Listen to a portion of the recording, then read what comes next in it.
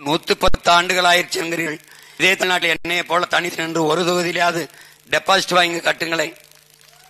ஒன்னும் இல்லை. நீங்கள் இந்த நிலத்தில் இந்த திராவிட பணிகளின் ரத்தத்தை குடிக்கிற உண்ணியாக தொங்கு சதையாக தொங்கிக் கொண்டு பல ஆண்டுகளாக இருக்கிறீர்கள். என்னை நடமாட முடியாது என்றீர்கள். நான் 2 நாளாக இங்குதான் நடமாடி கொண்டிருக்கிறேன். அங்கே ஓரத்தில் நின்று கட்டிக்கொண்டு விட்டு போகிறீர்கள். உங்க ஐயா கருணாநிதி தான் அடிக்கடி சொல்லுவார், நாங்கள் பணங்காட்டு நரி, சலசலப்புக்கு அஞ்ச மாட்டோம் என்று. எங்களை நல்லா பாருங்கள், பணங்காடே நாங்க தான். அது நாங்க பணங்காட்டு நரி அல்ல, உங்களை போல வன்னிக்காட்டு புலிகள் என்பதை நினைவில் வைத்துக் கொள்ளுங்கள். இதை கத்துறது, கூச்சல் போடுறது, கூப்பாடு போடுறதுலாம் கொள்கையற்றவன் செய்கிற வேலை. எங்களுக்கு உயர்ந்த கனவு இருக்கு, நோக்கம் இருக்கிறது. காங்கிரஸ் கட்சியில் இருக்கிற தலைவர்கள் மதிப்புமிக்கவர்கள், எங்களுடைய பேரன்பிற்கும் பெருமதிப்பிற்குரிய உறவினர்கள். உங்கள் கொள்கை வேறு, எங்கள் கொள்கை வேறு, பாதை வேறு, பயணம் வேறு. ஆனால் மானுட உறவுகள் வேறு. அதை மதிக்க தெரிந்தது தமிழனின் மாண்பு. அதனால் நீங்கள் உங்கள் கொள்கை வழியில் செல்லுங்கள், எங்கள் கொள்கை வழியில் நாங்கள் செல்கிறோம். நீங்கள் எங்களை எதிர்க்க விரும்பினால் உங்கள் வாக்கை எங்களுக்கு செலுத்தாமல் இருங்கள், அவ்வளவுதானே. நாங்கள் எடுத்து வைக்கிற கருத்தில் தவறு இருந்தால் நீங்கள் இதற்கு எதிர்கருத்தை கூட்டம் போட்டு பேசுங்கள். சொல்வதற்கு என்ன வைத்திருக்கிறீர்கள்? நீட்டுத் தேர்வை கொண்டு வந்தது, நீட்டுத் தேர்வுக்கும் உங்களுக்கும் எந்த சம்பந்தம் இல்லையா? ஜிஎஸ்டி என்ற கொடிய வரிச்சுமையை மக்கள் மேல் திணித்தது நீங்கள் இல்லையா? சிஏ, என்ஐஏ, என்ஆர்சி எல்லாம் கொண்டு வந்தது நீங்கள் இல்லையா?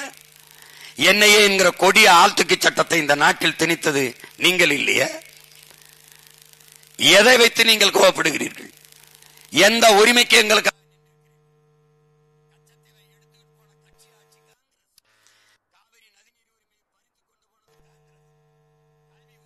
மாநிலத்திலிருந்து பொதுப்பட்டியலுக்கு என்று எடுத்துக்கொண்டு போனது காங்கிரஸ்.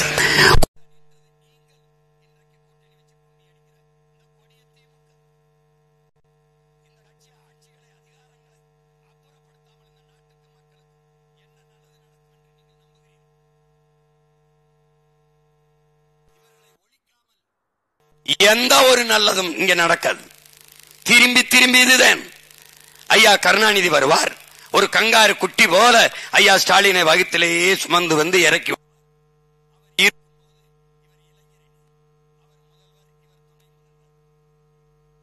இருக்கும்போது தம்பி உதயநிதி உடனே இளைஞரணியா வருவார். ஏனால் அந்த கட்சியில் வேற இளைஞர்களே இல்லை. இளைஞரணிக்கு வருவார், திருப்பி சட்டமன்ற உறுப்பினர் ஆவார், உடனே விளையாட்டுத்துறை அமைச்சர் ஆவார், உடனே துணை முதல்வர் ஆவார். அப்பா முதல்வர், மகன் துணை முதல்வர். இன்னும் கொஞ்ச நாளில் இவர் முதல்வர் ஆவார், அவர் மகன் இன்ப நிதி, அவர் இளைஞரணி ஆவார். இப்பவே அவர் தான் இளைஞரணி. திருப்பி அவர் துணை முதல்வர் ஆவார். நீங்க அப்ப நாங்க ஏடா இந்த நாடு உங்க குடும்பத்துக்கு பட்டா போட்டு கொடுத்துருக்கா? தமிழ்நாடு என்னது இது? ஜனநாயகம் பேசுறது, சனாதன ஒழிப்பு பேசுகிறது. ஒருவன் ஒருத்தர் மகனாக பிறந்து விட்டான் என்பதற்காகவே அவனுக்கு உயர்ந்த இடமும் பதவியும் கிடைக்குமானால் அது ஜனநாயகம் அல்ல, அதுதான் கொடிய சனாதனம். சனாதனத்தை ஒழிக்க துடிப்பவர்கள் முதலில் ஐயா கருணாநிதி வீட்டில் அந்த சனாதனத்தை ஒழிக்கட்டும், பிறகு நாட்டில் ஒழிக்கட்டும். தொட்டதுக்கெல்லாம் மதுரையில் நடந்த ஜல்லிக்கட்டு போராட்டத்தில் ஒரு படிச்ச ஒரு ஐஏஎஸ் பெண் அதிகாரி, அவர் உட்கார்ந்த இந்த இடத்தை தம்பி உதயநிதிக்கு இடம் கொடுத்தீர்கள். சரி, துணை முதல்வர். மாவட்ட ஆட்சியரை எழுந்திருக்க சொல்லிவிட்டு அவருடைய உதயநிதியின் மகன் இன்பதினிக்கு இடம் கொடுத்தீர்கள். அதற்கு பிறகு அவருடைய நண்பர் உட்கார இடமில்லை என்று ஒரு பெண் மாவட்ட ஆட்சியரை எழுந்திருக்க சொல்லிவிட்டு அவர் நண்பரை உட்கார சொல்கிறார். இதான் நீங்க பெண்ணுக்கு கொடுக்கிற மரியாதை, பெண்ணிய காத்து வச்ச பெண்ணிய உரிமை. இந்த கொடுமையை பார்த்து கொண்டு இந்த தமிழ்நாட்டில் தமிழ் மக்கள் கோபப்படவில்லை, ரோசம் வரவில்லை, வெறி வரவில்லை என்றால் நாங்கள் உங்கள் வாக்கை போகிறோம். எல்லாத்தையும் சகித்துக் கொண்டு அடிமையாக வாழ்வதுதான் உங்களுக்கு விருப்பம் என்றால் எதற்கு தேர்தல்? என்ன மாறுதல் வரும்? ஒன்றும் வராது. வார்த்தையில் தான் தன்மானம், இனமானம், கோபம், ரோசம், எழுச்சி, புரட்சி, மாற்று, இதெல்லாம் வெற்று வார்த்தைகள். இவற்றையெல்லாம் மாற்ற வேண்டும் என்றால் இந்த அரசியல் கட்சிகள் இந்த ஆட்சி முறையை ஒழித்து ஒரு தூய அரசியலை உருவாக்க பாடுபட வேண்டும். அது எங்கள் கடமை அல்ல, இந்த மண்ணில் பிறந்த ஒவ்வொருத்தருடைய கடமை. ஒரு மாற்றாக தொடர்ந்து தொடர்ந்து தொடர்ந்து களத்தில் நிற்கிற உங்கள் பிள்ளைகள் எங்களை பாருங்கள். எங்களுக்கு என்ன தேவை வந்தது? என்ன அவசியம் வந்தது? ஏன் எல்லோரும் அவரவர் வேலையை விட்டு இந்த வேலையை செய்து கொண்டிருக்கிறோம்? நாங்கள் இன்றைக்கு வீதியில் நிற்பது போல எங்களுக்கும் பின்னாடி வருகிற என் தம்பி தங்கைகள், எதிர்கால தலைமுறை பிள்ளைகள், அடுத்த தலைமுறை பிள்ளைகள் இதுபோல வீதியில் நின்று ஒவ்வொன்றுக்கும் மனு கொடுத்துக் கொண்டு போராடி கொண்டு அழுது கொண்டு நிற்கக்கூடாது என்பதற்காகவே படித்துவிட்டு பல லட்சம் பேர் வேலை இல்லாமல் இருக்கிறான். டாஸ்மார்க் கடையிலே சரக்கு ஊத்தி கொடுப்பவன் யார்? MA, MBA, MSc, MPhil. 400 பேர் வாட்ச்மேன், வாயில் காவலர் வேலைக்கு விண்ணப்பித்து நிற்கிறான். வாட்ச்மேன், சாலை துப்புரவு பணியாளருக்கு போஸ்ட் கிராஜுவேஷன் முதுகலை படித்தவன் வீதியிலே நிற்கிறான். தெருக்கூட்டுகிறேன் என்று வேலை இல்லை. இந்த நாட்டை படி இவ வேளாண்மை நாட்டை ஆளுநர் நல்லாட்சி கொடுத்துக் கொண்டு இருக்கிறோம் என்கிறார்கள். முதல்வரே சட்டசபையில் சொல்லுகிறார் 1 லட்சம் போராட்டங்களுக்கு அனுமதி கொடுத்திருக்கிறோம் என்று. அப்ப 1 லட்சம் பிரச்சனைகள் நாட்டில் இருக்கிறது. இதில் எந்த பிரச்சனை இவர்கள் ஆட்சிக்கு வந்து தீர்த்திருக்கிறார்கள்? என்ன நடந்திருக்கிறது? இந்த துன்ப துயரங்களை துடைத்து எரிந்து தூய ஆட்சி மலர வேண்டும் என்றால் ஒரே வழிதான் இருக்கிறது. உங்களை நம்பி நிற்கிற இந்த பிள்ளைகளை நம்பி உங்கள் மதிப்புமிக்க வாக்கை செலுத்துவது ஒன்றுதான். ஏமாறுகிறவன் இருக்கிற வரை ஏமாற்றுகிறவன் இருக்கத்தான் செய்வான். நாம் யாரையும் ஏமாற்ற மாட்டோம், ஏமாறவும் மாட்டோம் என்கிற முடிவுக்கு என் உயிர் சொந்தங்கள் வர வேண்டும். அறிவார்ந்த மக்கள், கற்றறிந்த மக்கள், அரசியல் புரிதலும் தெளிவும் கொண்ட மக்கள், ஈரோட்டு கிழக்கிலே வாழ்கிற மக்கள். கிழக்கில் இருந்துதான் விடிவு. ஈரோட்டு கிழக்கில் இருந்து நல்ல அரசியலுக்கான விடிவு பிறக்கட்டும். அறிவார்ந்த என் இன சொந்தங்களே, உங்களின் மதிப்புமிக்க வாக்கை இந்த இடைத்தேர்தலில் நிற்கிற என் உயிர் தங்கை சீதாலட்சுமி அவர்களுக்கு ஒளிவாங்கி சின்னத்திலே, இந்த மாய்க்கு சின்னத்திலே வாக்கை செலுத்தி நீங்கள் வெற்றி பெற செய்யுங்கள். இது இனமானத்திற்கான தன்மானத்திற்கான வெற்றி. இது மண்ணை காக்கும், மக்களின் நலனை காக்கும் என்பதை மனதில் வைத்துக் கொண்டு மதிப்புமிக்க வாக்கை மைக்கு சின்னத்திலே செலுத்தி வெற்றி பெற செய்யுங்கள். புரட்சி எப்போதும் வெல்லும். நாளை உங்கள் பிள்ளைகளின் வெற்றி அதை சொல்லும். நாம் தமிழர்.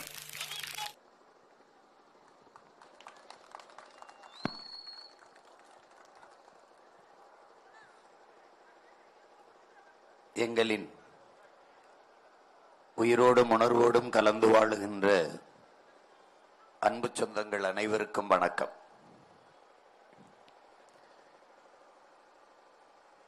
எல்லோரையும் போலத்தான்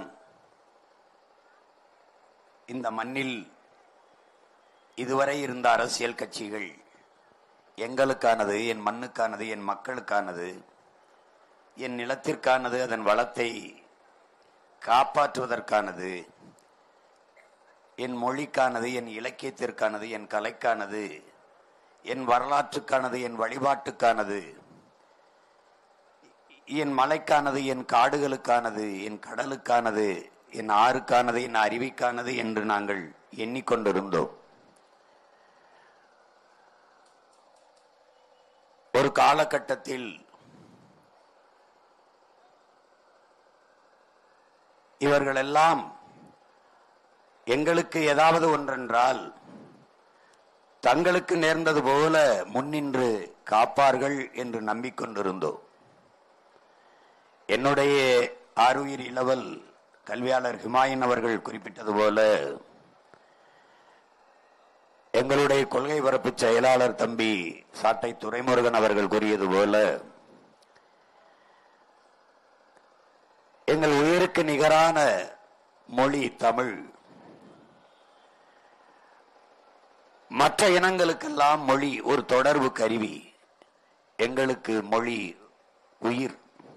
எங்கள் முகம், எங்கள் முகவரி, எங்கள் அடையாளம், எங்கள் இலக்கியம், எங்கள் கலை, எங்களுடைய வழிபாடு, எங்களுடைய வரலாறு, எங்களுடைய வாழ்க்கை, எங்களுடைய அரசியல். ஆனால் கண்முன்னே எங்கள் தாய்மொழி சிதைந்து அழிந்து கொண்டிருப்பதை இவர்கள் பொறுத்தார்கள், சகித்தார்கள், அழித்து ஒழித்தார்கள். மணக்கவரும் தென்றலிலே குளிராய் இல்லை, தோப்பில் நிழலாய் இல்லை, தனிப்பரிதாம் துன்பம் இது தமிழகத்தின் தமிழ் தெருவில் தமிழ்தான் இல்லை என்று வருந்தி பாடினான் எங்கள் புரட்சி பாவலன். தமிழுக்கு அமுதென்று பேர், அந்த தமிழ் இன்பத்தமிழ் எங்கள் உயிருக்கு நேர் என்று முழங்கிய பாரதிதாசன் எங்கள் தாத்தன். உயிருக்கு நிகரான மொழி எங்கள் கண்முன்னே சிதைந்து அழிவதை பார்க்கிற கொடுஞ்சூழலுக்கு நாங்கள் தள்ளப்பட்டோம். தாய்மொழி எழுத படிக்க பேச தெரியாத ஒரு 3 தலைமுறைகளை இந்த கட்சி ஆட்சிகள் உருவாக்கி நிறுத்தியது. தமிழர்கள் நாங்கள் என்ற இன உணர்வு, மான உணர்வு, தேசிய உணர்வு இல்லாது சாதிய மத உணர்வை திட்டமிட்டு எங்களுக்கு ஊற்றினார்கள். மொழிப்பற்று இனப்பற்று இல்லாது பார்த்து கொண்டார்கள். சாதிய பற்று மதப்பற்றை வழிந்து வழிந்து எங்களுக்கு ஊட்டி வளர்த்தார்கள். தன்னின பகையால் நாங்கள் ஒருவருக்கொருவர் மோதிக்கொண்டு தாழ்ந்து வீழ்ந்தோம். நாங்கள் சிந்திய ரத்தத்தை நக்கி குடிக்கிற ஓநாய்களாக இந்த இந்திய திராவிட கட்சிகள் வாழ்ந்து வளர்ந்தது. கண்முன்னே எங்கள் உரிமைகள் எல்லாம் பறிபோனது. பறித்து கொண்டு போனவர்கள் இந்திய பெருநிலத்தை ஆண்ட இந்திய கட்சிகள், பறிகொடுத்து நின்றவர்கள் நீண்ட காலமாக எங்களை ஆண்ட திராவிட கட்சிகள். எல்லா உரிமைகளையும் இழந்து சொந்த நிலத்திலே அடிமையாக நாங்கள் நிற்கிற போது எங்கள் உயிருக்கு ஒன்று, எங்கள் நிலத்திற்கொன்று, எங்கள் வளத்திற்கொன்று தீங்கென்று வரும்போது தடுக்க முடியாது நின்றோம். உலகெங்கிலும் எல்லோரும் அரிய பெரிய அறிஞர்கள் எல்லாம் அணுகுண்டு மேலே அமர்ந்திருப்பதும் அணு உலைக்கு பக்கத்திலே குடியிருப்பதும் இரண்டும் ஒன்றுதான். உலகிலே பாதுகாப்பான அணு என்ற ஒன்றே கிடையாது என்று அறிவுறுத்திய பிறகும் வலியுறுத்திய பிறகும் வலிந்து கொண்டு போய் எங்கள் தாய் நிலத்தில் இடிந்தகரையிலே அணு உலையை நிறுவினார்கள். அதை எதிர்த்து போராடிய மக்களை ஆயிரக்கணக்கில் வழக்கை புனைந்து அவர்களை சிறைப்படுத்தினார்கள், சின்ன பின்னப்படுத்தினார்கள். அந்த போராட்டத்தை கலைக்க துடித்தார்கள் ஒழிய மக்களினுடைய கருத்தை கேட்டு கவனத்தில் எடுத்து அந்த சிக்கலை தீர்க்க முயலவே இல்லை. ஸ்டெர்லைட் ஒரு நச்ச ஆலையை, நிலத்தை, வளத்தை, காற்றை, நீரை நஞ்சாக்குகிற ஒரு நச்ச ஆலையை நிறுவினார்கள். திணித்தவர்கள் இந்திய ஆட்சியாளர்கள். அது யாருடைய வளர்ச்சிக்கு, யாருடைய லாபத்திற்கு? அனில் அகர்வால் என்ற ஒரு தனி பெரும் முதலாளியின் லாப தேவைக்கு என் நிலத்திலே அந்த நிறுவனம் நிறுவப்பட்டது. அது என் நீரை நஞ்சாக்கி விட்டது. அந்த நீரை குடிக்கிற நான், அதிலிருந்து வெளிகிற நச்சு புகையை சுவாசிக்கிற நான் புற்றுநோய்க்கு ஆட்பட்டு செத்து போகிறேன். அங்கு வாழ முடியவில்லை. மக்களின் வாழ்விடத்தை அது நாசமாக்குகிறது என்று போராடிய போது 15 பேரை சுட்டுக் கொண்டது இந்த அதிகாரங்கள். இந்திய கடலுக்குள் மீன்பிடிக்க செல்கிற போது இந்த நாட்டின் குடிமக்களாகவே எங்களை அவள் கருதவில்லை. செத்து விழுந்த எங்களை இந்திய நாட்டின் குடிமக்கள், ஒரு இந்திய மீனவன் இலங்கை ராணுவத்தால் சுடப்பட்டான் என்று கூட இந்த நாடும் ஏடும் செய்திகள் வடிக்கவில்லை. இந்திய நாடாளுமன்றத்துக்குள் ஒருவர் கூட இந்திய மீனவன் சுடப்பட்டான் என்று செய்தி பதிவு செய்யவில்லை, கண்டிக்கவில்லை. தமிழ் மீனவர்கள் சுடப்பட்டார்கள், தமிழ் மீனவர்கள் செத்தார்கள் என்று சொன்னார்கள். அவர்கள் செத்து விழுந்த இடத்தில்தான் இந்திய திராவிட அரசியல் செத்து உங்கள் பிள்ளைகள் ஏந்தி பிடிக்கிற இந்த தமிழ் தேசிய அரசியல் பிறந்தது. என் அன்பு சொந்தங்களே, நாங்கள் தமிழர்கள், தமிழர்கள் என்றார்கள். நாங்கள் ஆம், நாங்கள் தமிழர்கள் என்று நிமிரத் தொடங்கினோம். இங்கே பொண்ணு விளைகிற என் பூமியான தஞ்சை நிலத்திலே மீத்தேன் ஈத்தேன் என்ற நச்சு திட்டங்களை நிறுவினார்கள். போரின் பேரழிவுக்கு பிறகு கூட அங்கே மக்கள் குடியேறிவிட முடியும் என் உடன் பிறந்தார்களே. ஆனால் பூமி தாயின் ஈரக்குலையை அறுத்து மீத்தேன் ஈத்தேன் எடுத்த இடத்திலும் அவள் உடலை சுரண்டி சுரண்டி சுரண்டி நீங்கள் நெய்வேலியில் நிலக்கரி எடுக்கிறீர்கள். ஒரு கெடுவாய்ப்பாக இந்திய நிலத்திலேயே 81 விழுக்காடு நிலக்கரி இருக்கிற நாடு நம்முடைய நாடுதான், தமிழ்நாடு தான். அந்த நிலக்கரி வேட்டைக்காக நம் நிலத்தில் இதுவரை 60,000 ஏக்கரை கையகப்படுத்தி இருக்கிறது இந்த ஆட்சி, இந்த அதிகாரங்கள். இந்திய ஒன்றியத்தை ஆளுகிற அதிகாரம், அதற்கு துணை நின்றிருக்கிறது இந்த திராவிட கட்சிகள் ஆட்சிகள்.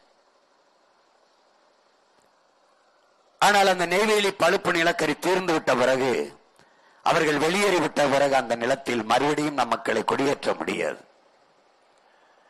இப்படி சொந்த இடத்திலேயே நிலத்திலேயே வாழ்விடங்களை இழந்து நாம் அகதிகளாக இடம்பெயர்ந்து கொண்டே இருக்கிறோம். சிப்காடு தொழிற்சாலை வளர்ச்சி என்று 2000 ஏக்கர், சைமா தொழிற்சாலை வளர்ச்சி என்று 3000 ஏக்கர், விண்வெளி நிலையம் ஏர்போர்ட் கட்டுவதற்கென்று 5000 ஏக்கர், துறைமுகம் கட்டுவதற்கென்ற 6111 ஏக்கர் கடலுக்குள்ளும் நிலத்துள்ளும். இப்படியாக நம் நிலப்பரப்புகளை, தாய் நிலத்தை ஆக்கிரமிச்சு பெரும் முதலாளிகளின் லாப தேவைக்கு வளவேட்டையாடுகிற காடாக நம் தாய் நிலத்தை மாற்றி ஆட்சியாளர்கள் இவர்கள். ஒவ்வொரு போராட்டத்திற்கும் நாம் போகிற போது அடக்கி ஒடுக்கி சிறைப்படுத்தி வழக்கிட்டு சின்னாபின்னமாக்கி சிதைப்பதற்குத்தான் இந்த அதிகாரங்கள் நிறுவப்படுகிறது. அறிவார்ந்த பெருமக்கள், என் அன்பு சொந்தங்கள் கவனிக்க வேண்டும். சூழியலுக்கு, சுற்றுச்சூழலுக்கு எந்த பாதிப்பும் வராத மின் உற்பத்தி திட்டங்கள் இந்த காற்றாலை மின்சாரம், கடலலை மின்சாரம், சூரிய ஒளி மின்சாரம். கடலலை மின்சாரத்திற்கு இன்னும் நம் நாடு வரவில்லை. காற்றாலைக்கும் சூரிய ஒளிக்கும் வந்துவிட்டது. ஆனால் ஆபத்தான மின் திட்டங்கள், அணு உலை, இந்த நிலக்கரி, இது போன்ற மின் திட்டங்களை எல்லாம் அரசு தன்வயத்திலே வைத்துக் கொண்டது. சூழியலுக்கு பாதுகாப்பான காற்றாலை சூரிய ஒளியை தனியார் முதலாளிகளுக்கு தாரை வார்த்து கொடுத்து விட்டது.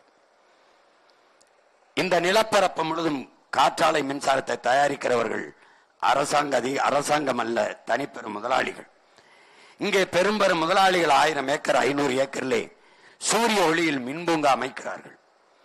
என் ஊரிலே கமுதியிலே 5000 ஏக்கரில் 20 கிராமத்தை வெளியேற்றிவிட்டு சூரிய ஒளியில் மின்பூங்கா அமைத்திருக்கிறார். மின்சாரம் தயாரிக்கிற மின்பூங்காவை தயாரித்திருக்கிற முதலாளி அதானி. ஒரு யூனிட் மின்சாரம் மற்ற மாநிலங்களுக்கு அவர் 5 ரூபாய்க்கு கொடுக்கிறார். தமிழ்நாட்டிற்கு 7 ரூபாய்க்கு எடுத்துக் கொள்கிறோம் என்று ஒப்பந்தம் போட்ட பெருமக்கள் இவர்கள் தான். ஏற்கனவே மின்துறைக்கு 1,50,000 கோடி கடன். இந்த திமுக ஆட்சிக்கு வந்த 3 ஆண்டுகளில் 3 முறை மின்கட்டண உயர்வு, 3 முறை மின்கட்டணம் உயர்ந்திருக்கிறது. எந்த இயக்கமும் மின்சாரம் இல்லாது இல்லை என்று தெரிந்தும் தடையற்ற மின்சாரம் தயாரித்து கொடுக்க இந்த நாட்டில் எந்த திட்டமும் இல்லை. இந்த மின் உற்பத்தி திட்டங்களை எல்லாம், மின் உற்பத்தி எல்லாம் தனியார் முதலாளிகளுக்கு தாரை வார்த்து கொடுத்திருக்கிறார்கள். இன்றைக்கு ஒரு அலகு மின்சாரம் 7 ரூபாய் என்றால் இவர்கள் 7 ரூபாய்க்கு மக்களுக்கு வித்தால் ஒரு ஓட்டு அவர்களுக்கு விழாது. அப்போது மக்களுக்கு கொடுக்கிற போது அதை குறைத்து 3 ரூபாய் அல்லது 4 ரூபாய்க்கு கொடுக்க வேண்டிய தேவை வருகிறது ஓட்டுக்காக. அப்ப ஒரு யூனிட் மின்சாரம் 2 ரூபாய் இழப்புக்கு இவர்கள் கொடுக்கிற போது பல லட்சம் கோடி கடன் ஆகிறது. இப்படி முறையற்ற நிர்வாகத்தை செய்து நாட்டை ஒரு கடங்கார நாடாக மாற்றிவிட்டார்கள். எல்லாம் நிலத்தை, நாட்டை, காற்றை, நீரை நஞ்சாக்குகிற நட்சத்திட்டங்களை திணித்தது இந்திய ஆட்சியாளர்கள். அதை இருகரமும் நீட்டி வரவேற்றது திராவிட ஆட்சியாளர்கள். ஒவ்வொன்றாக ஆந்திர காட்டுக்குள் செம்மரக்கட்டையை வெட்ட வந்தோம் என்று 20 மான தமிழ் மக்களை சுட்டு போட்டது சந்திரபாபு நாயுடு அவர்களுடைய ஆட்சி, கடந்த கால ஆட்சி. ஒருத்தர் கூட கேட்கவில்லை. ஒரு மரக்கட்டைக்கு இருக்கிற மதிப்பு மனித உயிருக்கு இல்லையா என்று எவரும் கேட்கவில்லை. உங்கள் மகன் சீமானை தவிர இந்த நாட்டில் ஒருத்தன் கூட அந்த கேள்வியை கேட்கவில்லை. அவன் வெட்டினான் என்று கீழே கிடத்தி வச்சிருந்த செம்மரக்கட்டையிலும் என் நம்பர் பொறிக்கப்பட்டிருந்தது. செத்து கிடந்த தமிழனின் உடலில் காலின் மீதும் எண்கள் நம்பர் பொறிக்கப்பட்டிருந்தது. மரக்கட்டையும் மனித உடலும் ஒன்றாக அடிக்க வைக்கப்பட்டிருந்தது. அறிவார்ந்த பெருமக்களே, அதே காட்டுக்குள் ஒரு மானை, 2 மயிலை, ஒரு காட்டு எருமையை, ஒரு யானையை, ஒரு கரடியை சுட்டு போட்டிருந்தால் உலகம் எப்படி கொந்தளித்திருக்கும் என்பதை அறிவார்ந்த எனது மக்கள் சிந்தித்து பார்க்க வேண்டும். ஆனால் மான தமிழ் மக்கள் ஒரு தமிழனாக பிறந்ததினாலே சுட்டுக் கொல்லப்பட்டான், நாதியற்று கிடந்தான். ஆட்சியாளர்கள் வாய்மூடி நின்றார்கள். இந்தியாவை ஆண்டு கொண்டிருந்த ஐயா மோடி ஒரு கண்டனம் இல்லை. இப்படி ஒரு மனித படுகொலை அது வருந்தத்தக்கது என்று கண்டனமில்லை. இந்த நிலத்தை ஆண்டு கொண்டிருந்த எவரிடத்திலும் கண்டன குரல் எழவில்லை. அப்போது தெரிந்தது இவர்கள் நமக்கானவர்கள் அல்ல. இவர்கள் நம் உரிமைக்காக, நம் உயிருக்காக, நம் உணர்வுக்காக, நம் மொழிக்காக, நம் நிலத்திற்காக, வளத்திற்காக நிற்க மாட்டார்கள் என்ற தெளிவு கொஞ்சம் கொஞ்சமாக எங்களுக்கு வர தொடங்கியது. இந்திய கடலுக்குள் 850 மீனவர்கள் இதுவரை கொல்லப்பட்டிருக்கிறார்கள். இதுவரை குஜராத்தில் ஒரு மீனவன் பாகிஸ்தான் கடற்படை ராணுவத்தால் கைது செய்யப்படுகிறான். அங்கே பாதுகாப்புக்கு நின்ற இந்திய கடற்படை ராணுவம் விரட்டி போய் திரட்டி போய் தடுத்து அந்த மீனவனை மீட்டு கொண்டு வருகிறது. வலையொலியில் செய்தி. அதே கடற்படை ராணுவம் இந்திய கடலுக்குள் பாதுகாப்பு பணியை செய்து கொண்டிருக்கிறது. எவராவது சொல்லுங்கள், ஒரு மீனவனை இந்த நாட்டின் குடிமகன் என்ற முறையில் இலங்கை ராணுவம் கைது செய்யும் போது தடுத்து காத்து மீட்டது என்ற ஒரு செய்தியை நீங்கள் படித்ததுண்டா, பார்த்ததுண்டா? இல்லை. தன் நாட்டு குடிகளை நடுக்கடலில் வச்சு சுட்டுக் கொள்ளும் போது இந்த பாதுகாப்புக்கு நிற்கிற கடற்படை ராணுவம் என்ன செய்து கொண்டிருந்தது? யாரிடமிருந்து யாரை பாதுகாக்க அந்த பாதுகாப்பு படை, அந்த கடற்படை ராணுவம் அங்கே நிற்கிறது? இந்த கேள்வியை இந்த நிலத்தில் யார் எழுப்பியது? இந்த கட்சி ஆட்சிகள் ஏன் எழுப்பவில்லை? 39 பாராளுமன்ற உறுப்பினர்கள் முன்பு, இப்போது 40 நாடாளுமன்ற உறுப்பினர்கள். இப்போது இவர்கள் இது குறித்து எழுப்பிய குரல், எழுப்பிய கேள்வி ஏதாவது ஒன்று இல்லை. அப்போது நமக்கு என்ன தோன்றுகிறது? இவர்கள் நமக்கானவர்கள் இல்லை, இந்த நாட்டுக்கானவர்கள், இந்த நாட்டு மக்களின் நலனுக்கானவர்கள் இல்லை. ஒவ்வொன்றாக சொல்லிக்கொண்டே போகலாம் என் உடன் பிறந்தார்களே. அப்போதுதான் தெளிவாகிறது, இவர்கள் நமக்கானவர்கள் இல்லை, நமக்கு வேற வழியே இல்லை என்று சொல்கிற போது ஏன் நாமே ஒரு வழியாக மாறக்கூடாது என்பதை உணர்ந்து தெளிந்த பிறகுதான் உங்கள் பிள்ளைகள் நாங்கள் சாதி மத உணர்ச்சிகள் எங்களை பிளந்து பிரிக்கிறது. அதனால் இந்த நிலத்தில் நிலம் சாராதவன், பெருத்த தமிழ் குடிகளாக இல்லாதவன் அதிகாரத்துக்கு வந்து எங்களை 60 ஆண்டுகளுக்கு மேலாக ஆட்சி அதிகாரத்தை செலுத்தி அடிமைப்படுத்தி நிற்கிறார். நாங்கள் ஒருவருக்கொருவர் மோதிக்கொண்டு சிக்கிக்கொண்டு சொந்த தாய் நிலத்திலே அதிகார வலிமையற்ற அடிமைகளாக 2 சீட்டு 3 சீட்டுக்கு நின்று கொண்டு நிற்கிறோம். முன்னாடி நிற்கிற என் உயிர்க்கினிய உறவுகளை ஆழ்ந்து சொல்லுங்கள். இதுவரை தமிழர் நாட்டிலே தனித்து நின்று ஒரு கட்சி, எளிய பிள்ளைகள், உங்கள் பிள்ளைகளின் கட்சி 234 தொகுதியிலும் தனித்து நின்று போட்டியிட்ட கட்சியை நீங்கள் பார்த்ததுண்டா? இல்லை. 40 பாராளுமன்ற தொகுதியிலும் தனித்து நின்று போட்டியிட்ட கட்சியை பார்த்ததுண்டா? இல்லை. எவரோடும் ஏன் சீமான் நீ கூட்டணி வைக்க மாட்டேங்கிறாய், எப்படி வெல்வாய் என்று இந்த நிலத்திலே பெரிய கூட்டணியை வைத்திருக்கிற ஒரே கட்சி உங்கள் பிள்ளைகள், நாங்கள் நடத்துகிற நாம் தமிழர் கட்சி தான். 8 கோடி மக்களை நம்பி என் மக்களோடு மக்களாக சேர்ந்து என் மக்களுக்காக களத்தில் நிற்கிற ஒரே அரசியல் கட்சி நாம் தமிழர் கட்சி தான். நாங்கள் தோற்றிருக்கிறோம். யாரிடத்திலே? எங்களை பெற்றவர்களிடத்திலே தோற்றிருக்கிறோம், எங்கள் உடன் பிறந்தார்களிடத்திலே. இது யாருக்கான தோல்வி? என் மக்களுக்கான தோல்வி. எங்களை தோற்கடித்த என் மக்கள் ஒரு நாள் தோளில் தூக்கி வைத்து எங்களை கொண்டாடுவார்கள். ஏன்? எதற்காக? ஒரு காலம் வரும், அப்போது நேர்மையாக வாழ்வதென்பது உள்ளங்கையில் நெருப்பு துண்டை வைத்திருப்பதற்கு சமமாக இருக்கும் என்று நபிகள் நாயகம் ஸல்லல்லாஹு அலைஹி வஸல்லம் அவர்கள் போதித்திருக்கிறார்கள். இந்த காலம்தான் அந்த காலம். நேர்மையாக நிற்பது என்பது உள்ளங்கையில் நெருப்பு துண்டை வைத்திருப்பதற்கு ஒப்பாக இருக்கிறது. காசு கொடுக்காமல் எப்படி செய்வாய்? பணம் இல்லாத எப்படி அரசியல் செய்வாய்? பணம் இருப்பவன் தான் அரசியல் செய்ய முடியும் என்கிற நிலை இருந்தால் அங்கே முதலாளிகளுக்கான அதிகாரம் கட்டமைக்கப்படுமே ஒழிய உழைக்கும் அடித்தட்டு மக்கள், பாட்டாளி மக்கள், உழவர்களுடைய மக்கள், தொழிலாளர் தோழர்களுக்கான அதிகாரம் எப்படி உருவாகும்? எங்கே மக்களுக்கான அதிகாரம் வரும்? ஒரு முதலாளி ஒரு தொகுதியில் 50 கோடி 100 கோடி முதலீடு செய்து 2 லட்சம் வாக்காளருக்கு 1000 500 கொடுத்து வாக்கை வாங்குகிறான் என்றால், ஒரு முதலாளி முதலீடு செய்கிறான் என்றால் அது மக்கள் சேவைக்கா தன்னுடைய லாப தேவைக்கா என்பதை அறிவார்ந்த என் மக்கள் சிந்தித்து பார்க்க வேண்டும். அப்ப முதலீடு செய்து லாபம் ஈட்டுகிற தொழிலாக இந்த அரசியலை மாற்றி நிறுத்தி இருக்கிறார்கள். தூய உள்ளத்தோடு மக்களுக்கு சேவை செய்கிற ஒரு அமைப்பு என்பதை மாற்றி அதிக லாபம் ஈட்டுகிற தொழிலாக மாற்றி இருக்கிறார்கள். அரசியல் என்பது முழுக்க முழுக்க மக்களுக்கான சேவைதான் என்கிறார் நம்முடைய தாத்தா பெருந்தலைவர் காமராஜர் அவர்கள். அரசியல் என்பது மக்களின் மீது அதிகாரத்தை செலுத்துகிற விவகாரம் அல்ல. தன்னலமற்ற உண்மையும் நேர்மையுமாக மக்களுக்கு ஆற்றப்படுகிற தொண்டு என்கிறார் எங்கள் உயிர் தலைவன் மேதகுவே பிரபாகரன் அவர்கள். அவர் பிள்ளைகள் நாங்கள். அரசியல் என்பது எல்லா உயிர்களுக்குமான, அனைத்து உயிர்களுக்குமான தேவையும் அதை நிறைவு செய்யும் சேவையும் தான் அரசியல் என்று நாங்கள் இந்த களத்திலே நிற்கிறோம். மனிதர்களுக்கு மட்டுமானது அரசியல் இல்லை, உலகில் இருக்கிற ஒவ்வொரு உயிருக்குமானது அரசியல். ஆட்டுக்கு அரசியல் உண்டு, மாட்டுக்கு அரசியல் உண்டு, ஈ எறும்பு நாய் நரி பூச்சி வண்டு எல்லாவற்றுக்கும் உண்டு உண்டு. தமிழர்கள் கல்லு மாவிலே எல்லோரும் கோலம் போட்டுக் கொண்டிருந்த காலத்தில் அரிசி மாவிலே கோலம் போட்டார்கள். காரணம், ஈக்கும் எறும்புக்கும் அது இரையாக இருக்கட்டும் என்று. அங்கே பூச்சி வண்டுகளுக்கான அரசியல், ஆடு மாடுகளுக்கான அரசியல். மாடுகளுக்கு கோமாரி நோய் வருகிறது, மருத்துவ முகாமையிட்டு சிகிச்சை அளித்த மாட்டை காப்பாற்றுங்கள் என்று உழவர் குடிமக்கள் போராடுகிறார்கள். மாட்டுக்கான அரசியல். மாட்டு தீவன விலையை குறையுங்கள் என்று போராடுகிறார்கள். மாட்டுக்கான அரசியல்.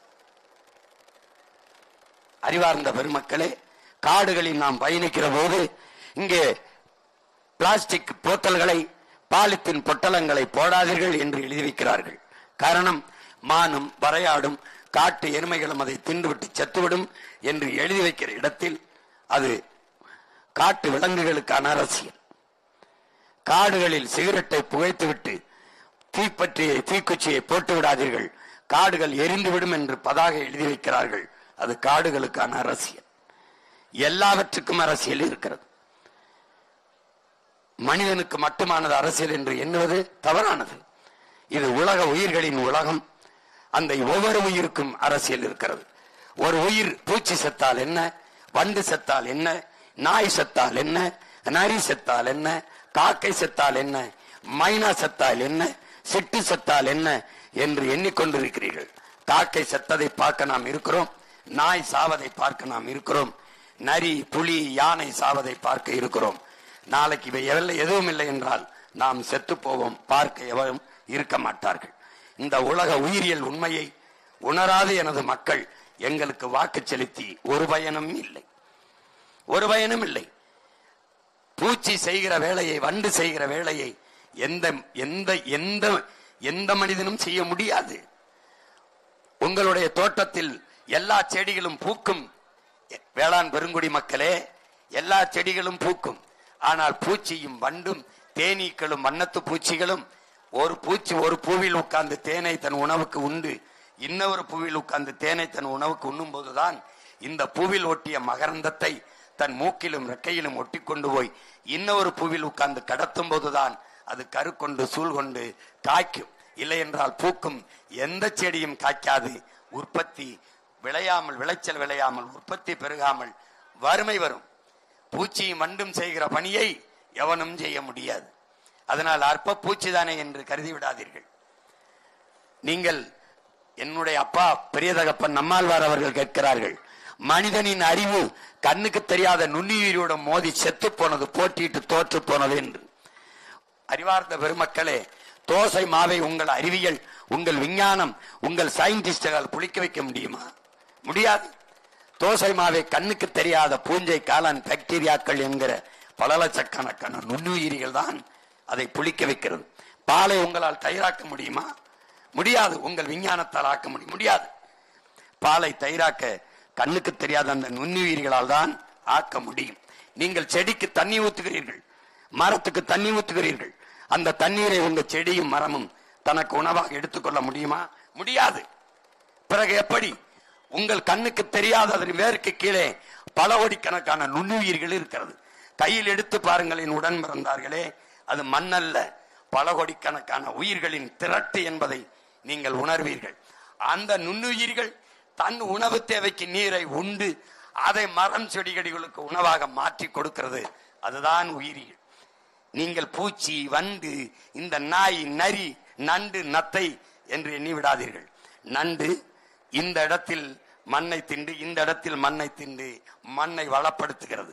கையிலே வைத்தால் அருவருப்பாக நெளிகிற மண்புழு செய்கிற வேலையை உலக உயிரில் எந்த உயிரும் செய்ய முடியாது. இந்த மண்புழு, அறிவார்ந்த பெருமக்களே, 40,000 முறை தன் வானிலில் இந்த மண்ணை உழுகிறது. மேலே மண்ணை தின்று கீழே கழிவாக போடுகிறது, கீழே மண்ணை தின்று மேலே கழிவாக போடுகிறது. இப்படி தன் வாழ்நாளில் 40,000 முறை இந்த மண்ணை உழுவதால் அது உழவனின் நண்பன் என்று போற்றப்படுகிறது. இப்படி பல்லுயிர் பெருக்கத்தால், பல் உயிர்களின் சூழலால் இந்த உலகம் இயங்கிக் கொண்டிருக்கிறது. இது ஒரு உயிர் இல்லை என்றால் இந்த உயிர் தொடர்பு அருந்து போகும். மானுட சமூகம் வாழ்வது மிக கடினமான ஒன்றாக மாறிவிடும். தேனீக்கள் மட்டும் இறந்து விட்டால் 4 ஆண்டுகள் கூட மானுட சமூகம் இருக்காது என்று ஆல்பர்ட் ஐன்ஸ்டீன் அறிவுறுத்துகிறான். அதனால் இது பூச்சி, இது வண்டு, இது செத்து போனால் என்ன என்று நாம் எண்ணினால் நம்மை போல மண்டு உலகில் எவனும் இல்லை. இதை அறிவார்ந்த எனது மக்கள் சிந்திக்க வேண்டும். நபிகள் நாயகம் ஸல்லல்லாஹு அலைஹி வஸல்லம் அவர்கள் நமக்கு கற்பிக்கிறார்கள், ஒரு காலம் வரும், அழிவு காலம். அந்த காலத்தில் பொய்யுரைக்கும் நீதிபதிகள், அநீதி இழைக்கிற அமைச்சர் பெருமக்கள், துரோகம் இழைக்கிற வழக்குரைஞர்கள் இப்படியெல்லாம் தோன்றுவார்கள். அவர்கள் காலத்தில் வாழ நேர்ந்தால் நீ வரி கட்டி விடாதே, வரி கட்டி அவர்களுக்கு வலிமை சேர்த்து விடாதே என்கிறார்கள். என்னருமை சொந்தங்கள், நாம் வரி கட்டுவதோடு அவர்களுக்கு வாக்கையும் செலுத்தி வலிமைப்படுத்தி விட்டுக் கொண்டே இருக்கிறோம். ஓராண்டு ஈராண்டல்ல, 60 ஆண்டுகளாக, 6 நூற்றாண்டுகளுக்கு மேலாக இந்த கொடுமையை செய்து கொண்டே இருக்கிறோம். அநீதி என்று தெரிந்த பிறகும் அதை செய்து கொண்டிருக்கிறோம். நீங்கள் அறிவார்ந்த பெருமக்கள், கிறிஸ்துவத்தை, இஸ்லாத்தை ஏற்றிருக்கிற என் உயிர் சொந்தங்கள், சாத்தானின் வேலைகள், தீய செயல்கள் என்று ஒரு பட்டியலிடுங்கள். ஊழல், லஞ்சம் பெறுவது, ஊழல் செய்வது, கொலை செய்வது, கொள்ளையடிப்பது, நிலத்தை சுரண்டுவது, நீங்கள் நம்புகிற இறை, நீங்கள் நிரம்புகிற இறை, அவர் தந்ததுதான் இந்த பூமி, அவரால் படைக்கப்பட்டதான் இந்த மலை, அவரால் உருவாக்கப்பட்டதான் இந்த அருவி, ஆறெல்லாம். அதை காசாக, அற்ப பணத்திற்காக வேட்டையாடுகிற இந்த பதர்களை எப்படி சகித்துக் கொள்கிறீர்கள்? எப்படி? யோசித்து பாருங்கள். எல்லாம் எதது தீய செயல், எதது தீய செயல்? பெண்களை பாலியல் வன்கொடுமைக்கு ஆளாக்கி வன்புணர்வு செய்து கொலை செய்வது, சக உயிரை வெட்டி கொலை செய்வது, கணக்கில்லாத மதுவை அரசே வித்து காசை ஈட்டுவது, அதை கொண்டு நான் நல்லது செய்கிறேன் என்று மக்களை ஏமாற்றுவது, எதுவெல்லாம் நீங்கள் சாத்தானின் செயல் என்று சொல்கிறீர்களோ அதை இந்த அதிகாரங்கள், இந்த ஆட்சியாளர்கள் செய்கிறார்களா இல்லையா? செய்கிறார்களா இல்லையா? பட்டியலிடுங்கள். இறைவன் செயல், நற்செயல் என்று நீங்கள் சொல்கிற எதையாவது ஒன்றை இந்த ஆட்சியாளர்கள் செய்திருக்கிறார்கள் என்று நீங்கள் பட்டியலிடுங்கள். பட்டியலிடுங்கள். ஒன்று கிடையாது. அப்ப தீய செயல்களை தொடர்ந்து செய்கிற, சாத்தானின் செயலை தொடர்ந்து செய்கிற இந்த சாத்தான்களுக்கு நாம் தொடர்ச்சியாக வாக்கை செலுத்தி வலிமைப்படுத்துவது எவ்வளவு பெரிய கொடுமை என்பதை அறிவார்ந்த எனது மக்கள், என் அன்பு சொந்தங்கள் சிந்தித்து பார்க்க வேண்டாமா? இந்த ஆட்சியாளர்கள் இந்த இஸ்லாமிய கிறிஸ்தவ மக்களை பார்த்து முதலில் சொல்கிறது நீங்கள் சிறுபான்மை என்று. சொல்பவன் யார்? சொல்பவன் யார்? மொழி சிறுபான்மை. கருணாநிதி இந்த நாட்டில் பெரும்பான்மையா? எம்ஜிஆர் இந்த நாட்டில் பெரும்பான்மையா? அம்மையார் ஜெயலலிதா இந்த நாட்டில் பெரும்பான்மையா? யார் நீங்கள்? நீங்கள் மொழி சிறுபான்மை. உலகெங்கிலும் எந்த நாட்டிலேயாவது மதத்தை வைத்து மானுட சமூகத்தை கணக்கிட்டிருக்கிறான் என்று வரலாற்றில் எவனாவது ஒருவன் காட்ட முடியுமா? சான்று இல்லை என்னோடு வாதிட்டு நிறுவ முடியுமா? உலகிலே எங்கேயாவது? ஐரோப்பாவில் எல்லா நாடுகளிலும் கிறிஸ்தவன் தான், ஒரே மதம் தான்.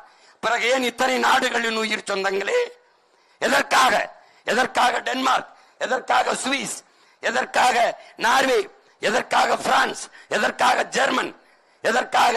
ஒரே நாடுதான், ஒரே மதம் தானே. ஏன்? மொழி வழியே தேசிய இனங்கள், நிலங்கள். இதுதான் வரலாறு. இந்தியாவிலிருந்து பாகிஸ்தான் பிரிந்தது காரணம் என்ன? மார்க்கம். ஓர் இறை, ஏக இறைவன் அல்லாஹ். ஒரே வழி நபிகளின் மொழி ஏற்று ஒரு மார்க்கமாக வெளியே போனோம். தனி நாடு பாகிஸ்தான். பாகிஸ்தானில் இருந்து பங்களாதேஷ் பிரிந்ததற்கு காரணம் என்ன? என் உடன் பிறந்தார்களே, காரணம் என்ன? இந்தியாவில் இருந்து பிரிந்து செல்ல காரணம் மார்க்கம். பாகிஸ்தானில் இருந்து பங்களாதேஷ் பிரிய காரணம் மொழி. உருது ஆட்சி மொழி, பாகிஸ்தானின் ஆட்சி மொழி உருது என்ற உடனேயே டாக்கா பல்கலைக்கழகத்திலே படித்துக் கொண்டிருந்த முஜிபுர் ரஹ்மானும் நண்பர்களும் என் மொழி வங்க மொழி என்னானது என்று கேட்டார்கள். அவன் உருது, நான் வங்காளி. நான் இஸ்லாத்தை ஏற்றிருக்கிறேன், ஓர் இறையை ஏற்று நபி மொழியை வழியாக ஏற்று ஒரு மார்க்கத்தை ஏற்றிருக்கிறேன். ஆனால் அவன் அரேபியன், அவன் ஈரானியன், அவன் உருது, நான் தமிழன். இதுதான் என் அன்பு மக்களே உலகெங்கும் இருக்கிற மரபு, உலகெங்கும் இருக்கிற அடையாளம். அதை விட்டுவிட்டு சிறுபான்மை சிறுபான்மை என்றால் பெரும்பான்மை தேசியனத்தின் மக்களை அவர்கள் தாய் நிலத்திலே நீங்கள் சிறுபான்மை சிறுபான்மை என்று சொல்லி அவர்களை அச்சப்படுத்துவது மாதிரி ஒரு அயோக்கியத்தனம் உலகத்தில் உண்டா? சிறுபான்மை மக்களின் பாதுகாவலர் கருணாநிதியும் திமுக என்று ஐயா ஸ்டாலினும் அந்த அவர் மகன் உதயநிதியும் நீங்கள் நம்பிக்கொண்டிருக்கிறீர்கள். அவர்களை பாதுகாப்பது யார்? அவர்களா பாதுகாப்பு? இந்த நம்பி இதை நம்பி நம்பி பல ஆண்டுகளாக 15-20 விழுக்காட்டு வாக்கை இஸ்லாமிய கிறிஸ்தவ மக்கள் அந்த குடும்பத்திற்கு அவர்கள் கட்சிக்கு போட்டு போட்டு போட்டு அவர்களை வாழவும் ஆளவும் வைத்து பாதுகாப்பது நீங்கள் தான் என்பதை எப்போது உணரப்போகிறீர்கள்?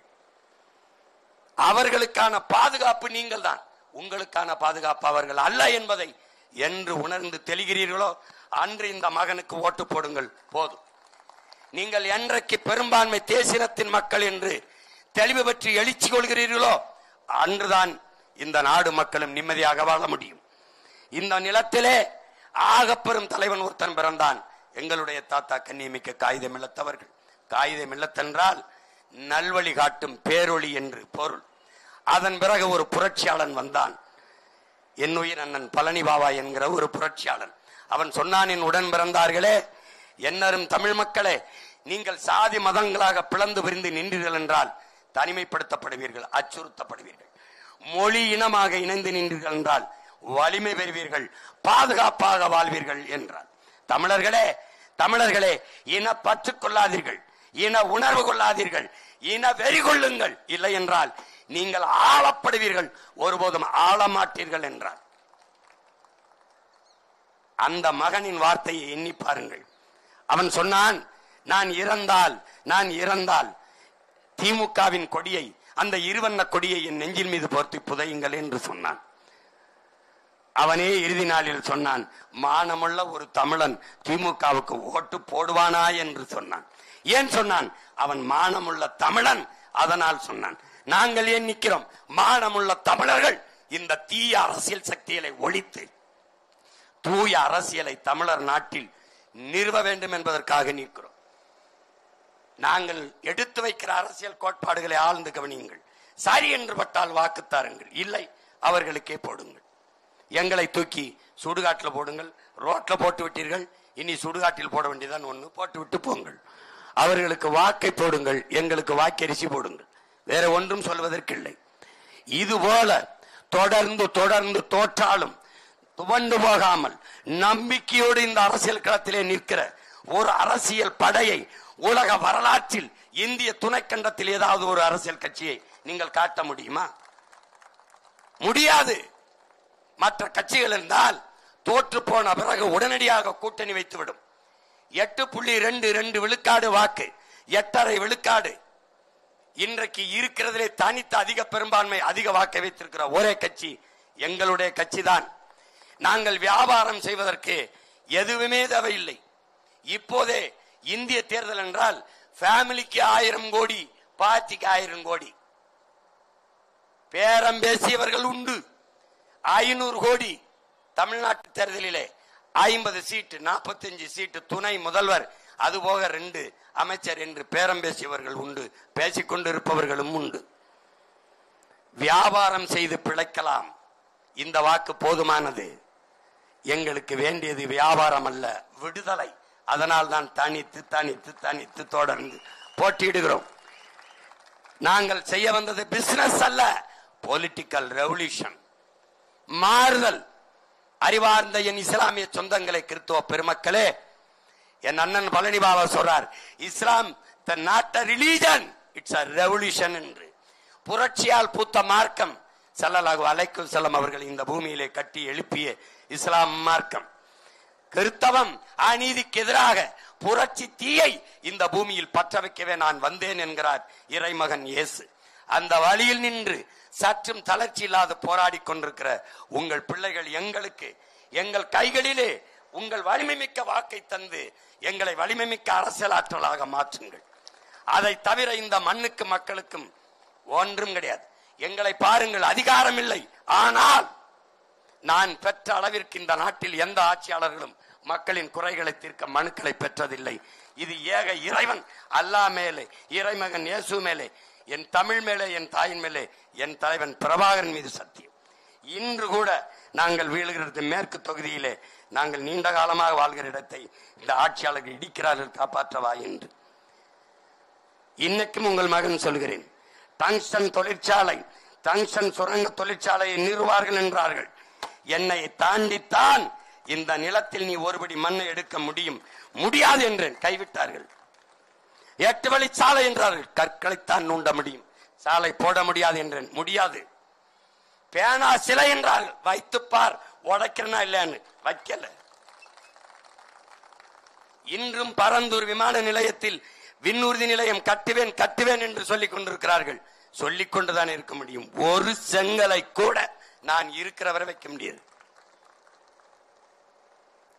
இங்கேயும் சிப்காட்டுக்கு தொழிற்சாலைக்கு இடம் எடுத்து பாரு. ஏன்? மக்களுக்கென்று ஒரு படை இல்லை என்றால் மக்களுக்கென்று எதுவும் இல்லை என்கிறான் சீன புரட்சியாளன் மாசேத்துங்.